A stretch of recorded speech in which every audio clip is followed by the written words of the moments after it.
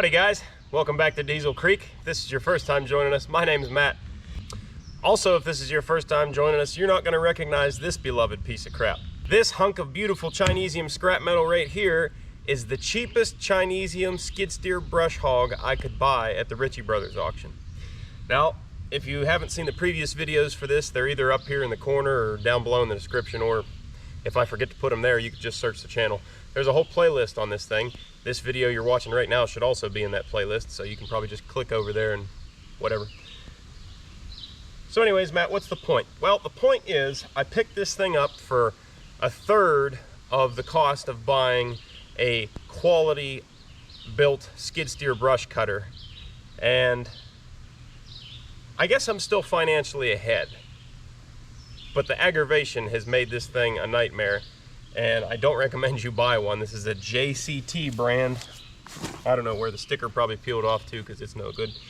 But if you haven't seen the previous videos, I hooked this thing up brand new from the auction. They sold this stuff brand new. A lot of people tried to argue with me that it was already used, and it was not.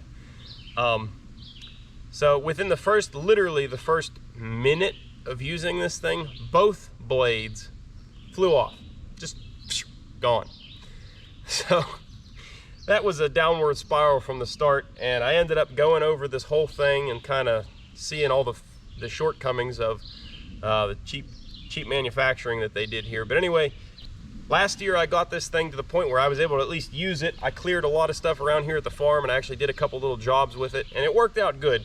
It does do okay for what it is and what I had into it, but then I ended up with a bigger problem here, and that is the drive coupling went out of it.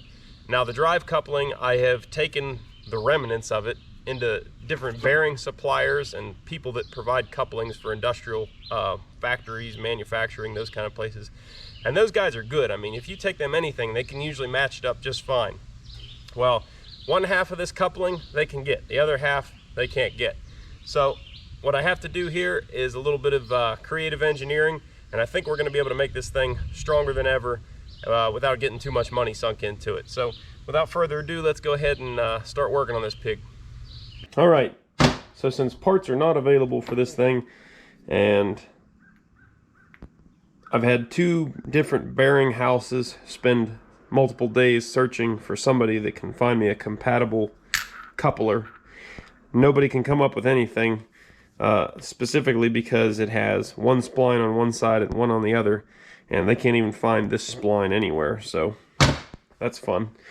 To remedy the situation, I had my buddies in the machine shop take these. This was the Lovejoy style coupler between the gearbox and the motor, and I had them face them off and take off all that garbage that was hammered over from you know, they had three studs sticking up here that engaged each other, and you know, ching.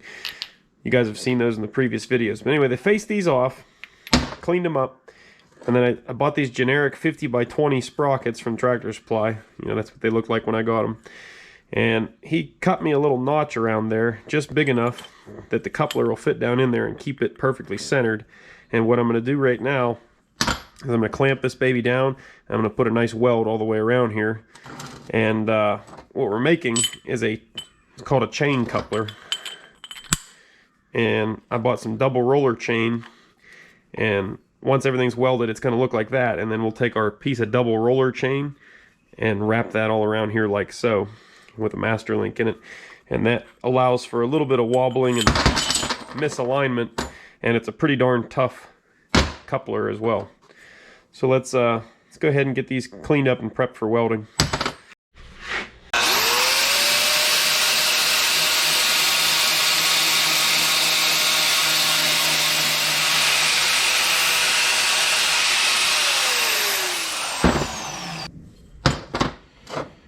Alright, should be pretty much ready to go there.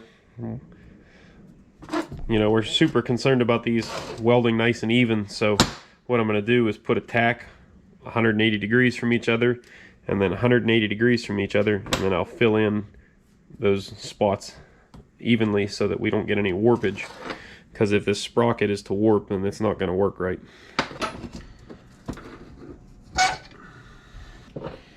Alright, well let's see if I can't fry up another camera lens, huh? Contact.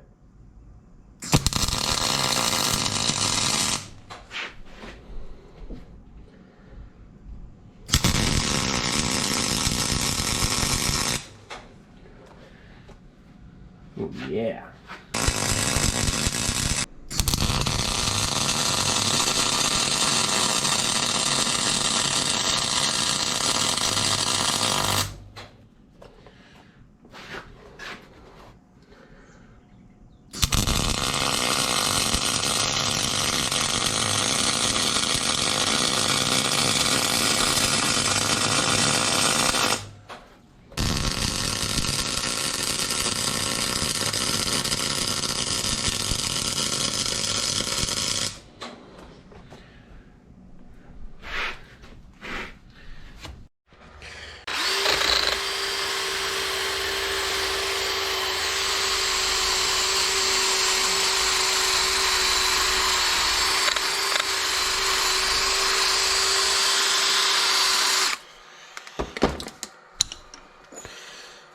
Not too shabby. That weld laid in there real nice. Yeah.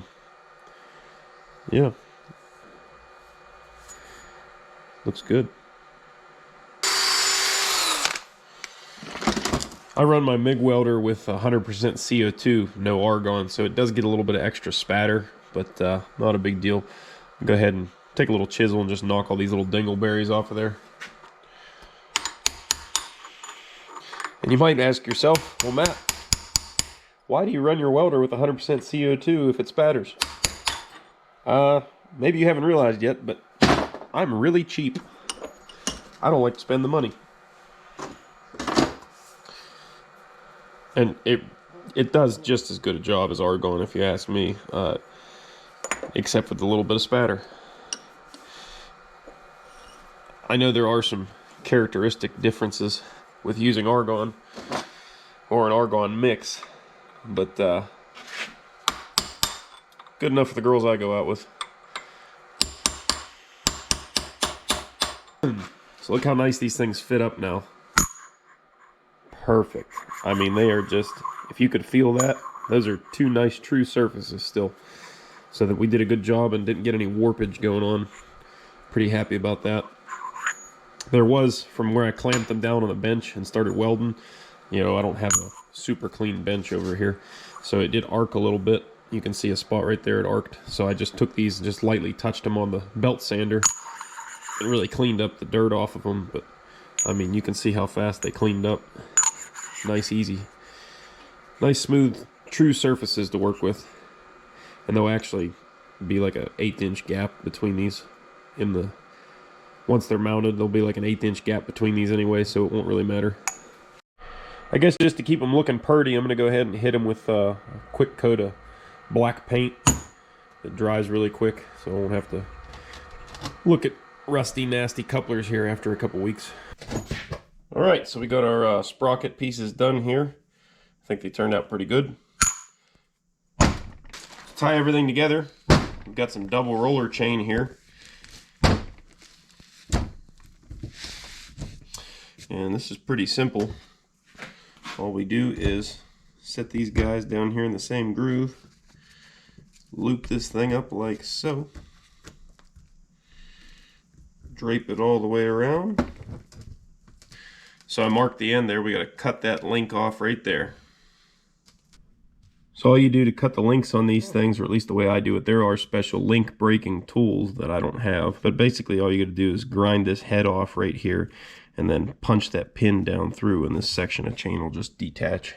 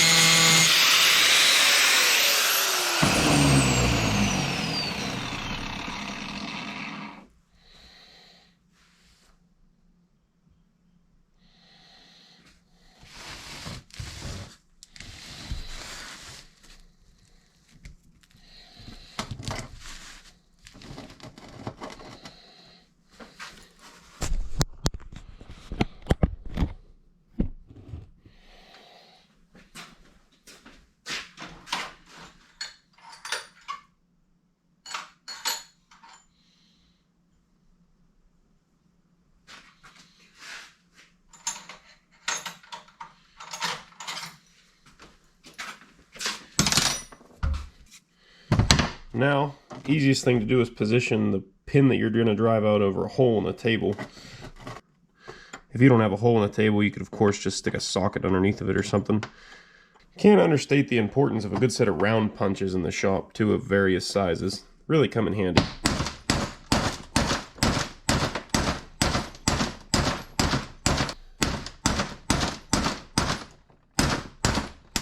There we go. There's the pin that we drove out. There's the section of chain that we should need. Alright, now really we're ready to take this thing out and install it on the mower. It does me no good to install it here in the shop, but I will, just so you guys that maybe aren't following along here and don't quite understand what I'm doing can see how this is going to work. So there we go, like that. You just fold these one-sided links out of the way. Get your master link here. Slide that guy through. Now don't forget to install your two inner links here since we're on double roller chain. These can be a pain. That wasn't too bad though. Alright, look at that. Put our outside cap piece on and of course the retention clip. How about that? That's beautiful. That looks like a factory option.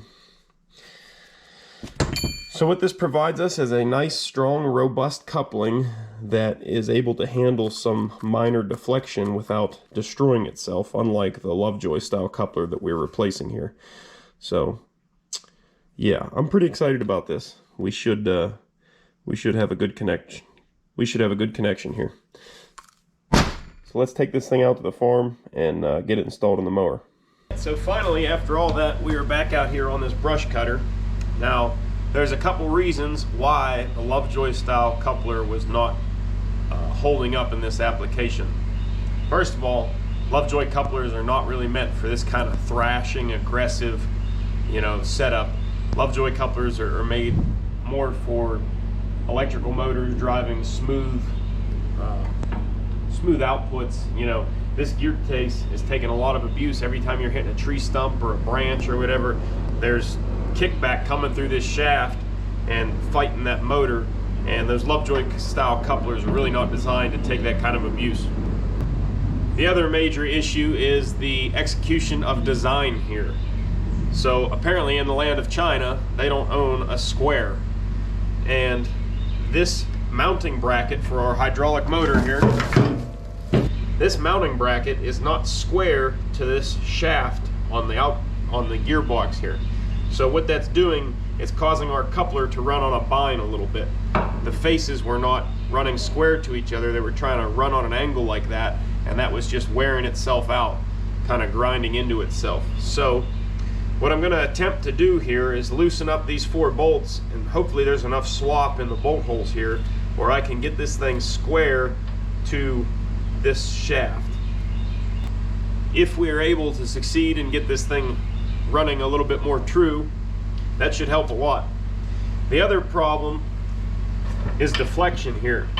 Now this plate in the center is a thicker plate than the outside deck plates here. I think this is 1/4 inch, I think these are 1/8 inch on the outside. And even though that this is 1/4 inch, which is, I think that is sufficient, this bracket doesn't have a big enough footprint. So when you rev up this hydraulic motor here, you could actually watch, if you didn't have the cover on, you could watch this bracket tweak a little bit. Like when you're revving up an engine in an engine compartment, you can see the engine torquing. And same thing was happening here, and again causing more misalignment and damage. Also over time, I'm sure all that torquing, since this is not designed to flex, it's not like it's sitting on rubber isolated mounts like your car engine, I'm sure all the flexing over time would eventually break this plate out of here, at least start to crack the welds.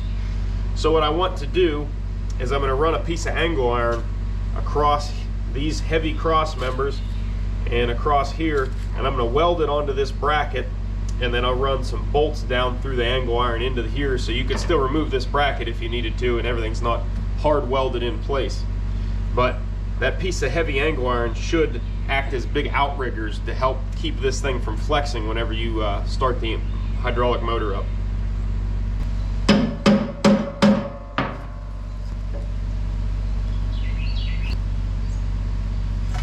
All right, well, we got it down to less than a 1/16 of out of square off of our framework anyways. I guess I'm going to install the coupler now, and I can probably measure off the face of the coupler to this thing and make sure we're square off of that.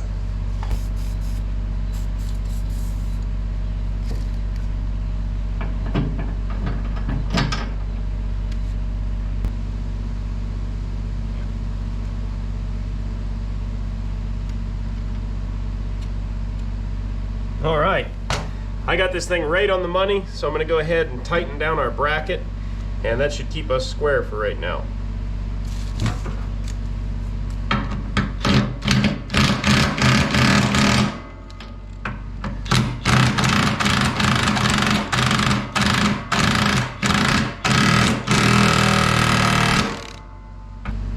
I'm going to work on bolting up the hydraulic motor right now, and this is what's going to be the crunch time here.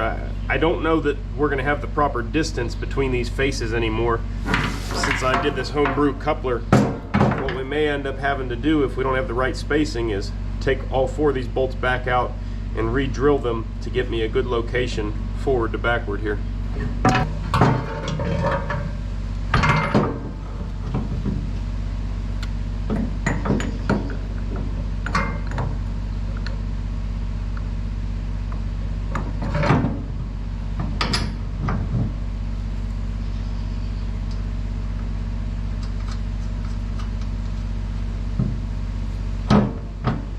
Oh, we have the perfect spacing here. This could not be better if it were a factory option, I don't think.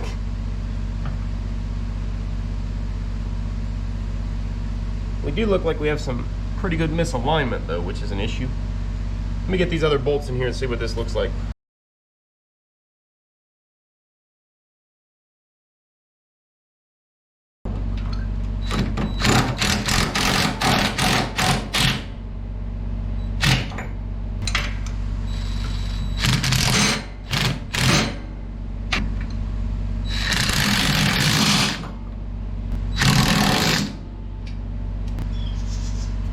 Well, we have a good setback spacing, but the problem is, if you look closely here, you can see the Chinese engineering shining through. So, though I have it pretty darn close to square side to side like this, up and down I have not changed. And if you can see there, the sprockets are pretty well misaligned up and down. So that means that that's how far off the Lovejoy coupler was too. Another great reason it failed spectacularly. That is some serious misalignment, and I'm not entirely sure how we're going to take up for that. There's a better way you can see the misalignment right there. See how much higher the sprocket on the right is than the sprocket on the left? That's a problem. Well, never mind. I found the problem. You guys think that bracket's nice and square, eh? That's pretty darn bad.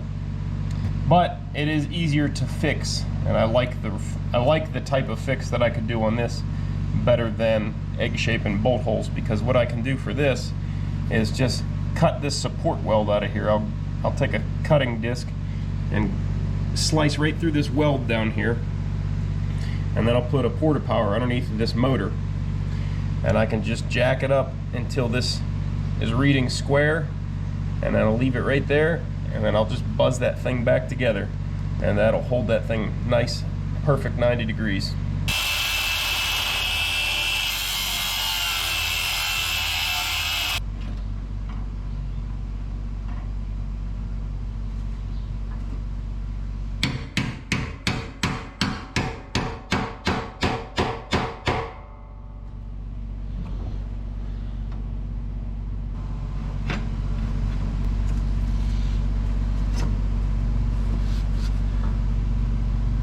According to our square, we got the bracket perfect. All right, our sprocket alignment now looks like perfect. The problem is we lost our gap between the sprockets, and we need that gap for the center links in our chain. There's a retaining bolt here on the gearbox side sprocket. To be honest, I don't see why you'd need to have it. There's plenty of engagement back here for it to slide onto even further. I think I'm gonna go ahead and remove that bolt, and we should be able to get our spacing. So I don't risk losing my adjustment as I start welding. I can't pull this out, so it's just rebar I sharpened. So I'm gonna go ahead and just start welding it, and I'll weld right over top of my wedge there, burn it all together.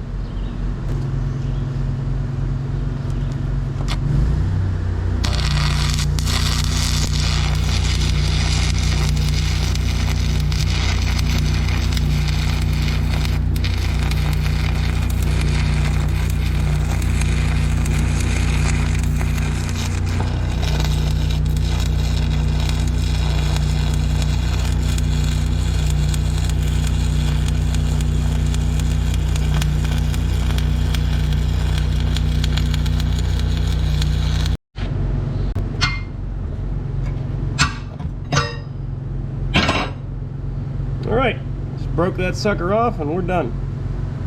Right, well, what I've got going on here now, I just cut this piece of angle iron, and I'm gonna situate it like that and weld it across this bracket so that it can't wiggle here, and I'm gonna bolt it down in 3 places on each side.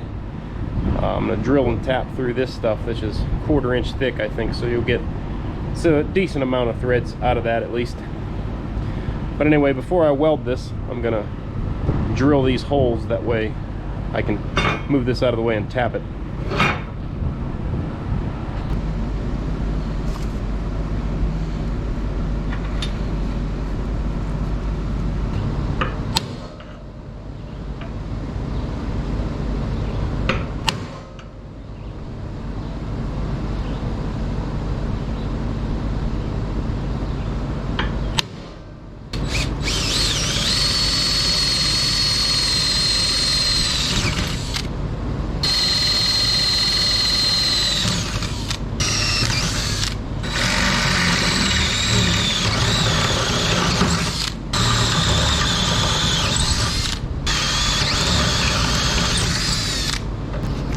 Alright, ready to tap these holes out. Now I know that there's a lot of people that are going to disagree with me, but I think a regular old drill like this with an adjustable chuck is the perfect way to tap holes. Start out with a starter tap. I have it turned down to number 10 on the chuck setting. Just start it off nice and easy. Let it bite its way in there, back it up, break your chips off. You keep doing that.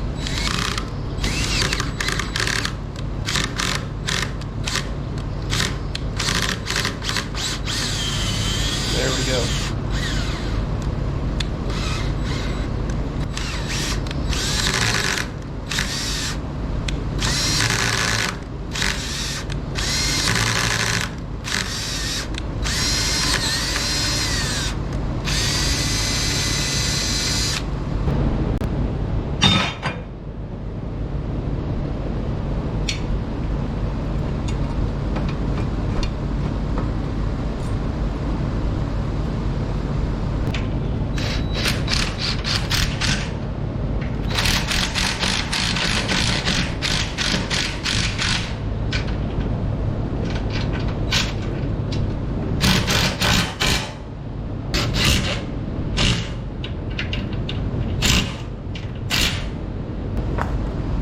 Alright, that's beautiful. I'll bolt it down now. We'll go ahead and throw a weld bead right across there and up the back side. This thing should be rock solid.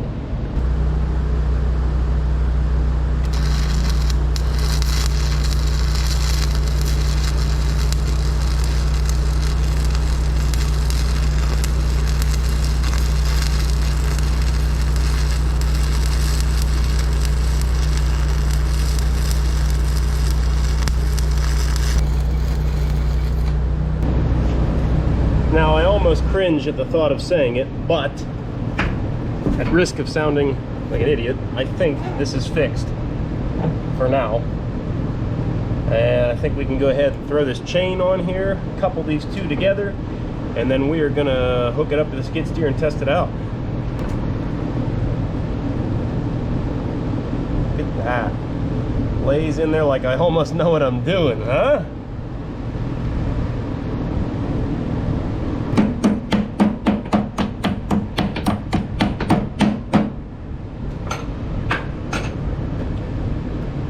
There we go. Finally got that thing on there. It's kind of a pain, but I think we are now ready to go mow, or at least attempt.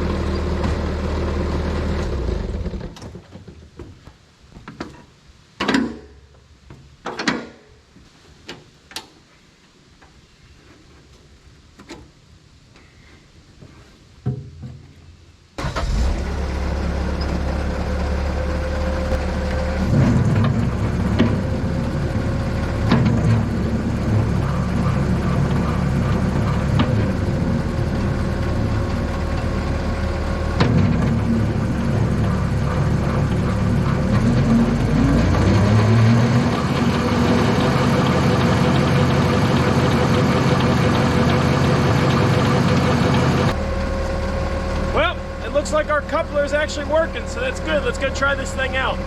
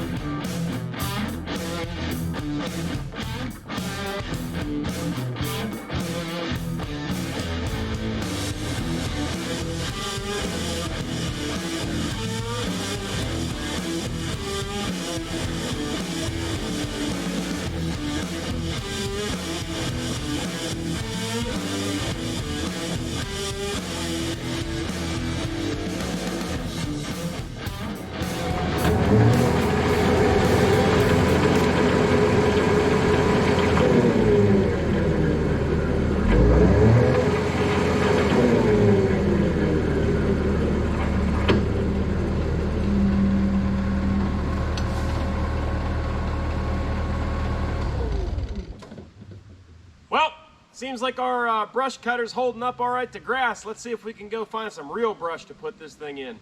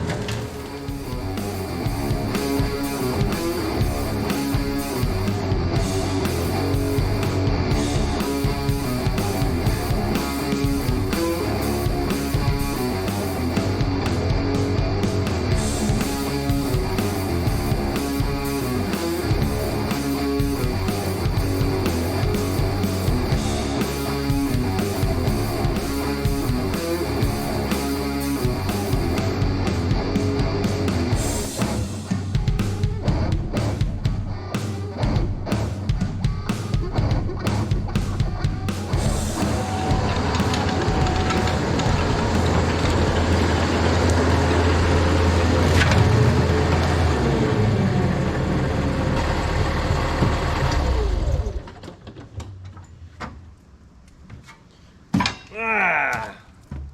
Well, hot dang. It looks like the brush cutter is gonna work out. Oh. I hate wearing earplugs, but everybody yells at me too all the time. I do actually wear earplugs for what it's worth, more than you guys think. Sometimes you just can't see them. Anyways, I am happy with our repair. It seems to be holding up just fine. I've noticed that it seems to hit trees a little bit better than it did with the original coupler. The original coupling, I think, was losing a lot of energy because it was banging around a lot and had slop in it, whereas our new coupler is very tight and doesn't let the two halves get away from each other. So you can see after, I don't know, half an hour or so of cutting, everything looks good here. The coupling's a little warm to the touch, but not hot at all. Yeah, it's looking really good. I still notice a little bit, and I don't know if it's maybe our coupling isn't quite perfectly centered or what, but the hydraulic motor here does wiggle just ever so slightly. But I think it did that with the original coupler too, so I'm not going to worry about it. But take a look around, guys. This thing is working pretty good. You can do a lot of damage really quick with one of these cutters like this. I did. Another thing that would make this brush cutter better, I think, would be to run it with an appropriate size skid steer. The S185 here is a great machine, very nimble. However, I don't think it actually has quite enough flow to really run this thing. I think if I had like a 20 gallon per minute machine, this thing would really do a lot better. I think the 185 is only like a 16 or 18 gallon a minute machine. So hydraulic flow can make a big difference for one of these things, because that thing would spin quite a bit faster. But even as it is, it works really well. I mean, you saw I took down some saplings here. Heck, I bet you that's a stump. That's what I cut off there. That's probably a 4-inch tree down at the bottom there. And of course, you can't just plow right through it. You got to go real slow and kind of whittle on it, but it gets it down and out of your way awful fast compared to jumping out and chainsawing something or getting a bigger piece of machinery in here. So overall, for the money I have invested in the old Chinese brush cutter here, it does an okay job. I have had to make several revisions to their design already, as you guys have seen. But I think this is more of a stable platform that's going to last a lot longer for us and be a lot more durable. So I'm going to go ahead and wrap this video up here. As always, guys, if you like the video, don't forget to hit the thumbs up button. It doesn't cost you anything. It's free, and it really helps the channel out. If you haven't already, be sure to subscribe so you don't miss any future videos. And if you're looking for some Diesel Creek merch, oh, my sunglasses are in the way. Don't forget you can go over to dieselcreek.com. There's a link in the description, and you can get all your merchandise over there. We got hats, stickers, t-shirts, hoodies, coffee mugs by popular request. But that's it for me. I'll catch you on the next one, guys. I'm gonna go mow.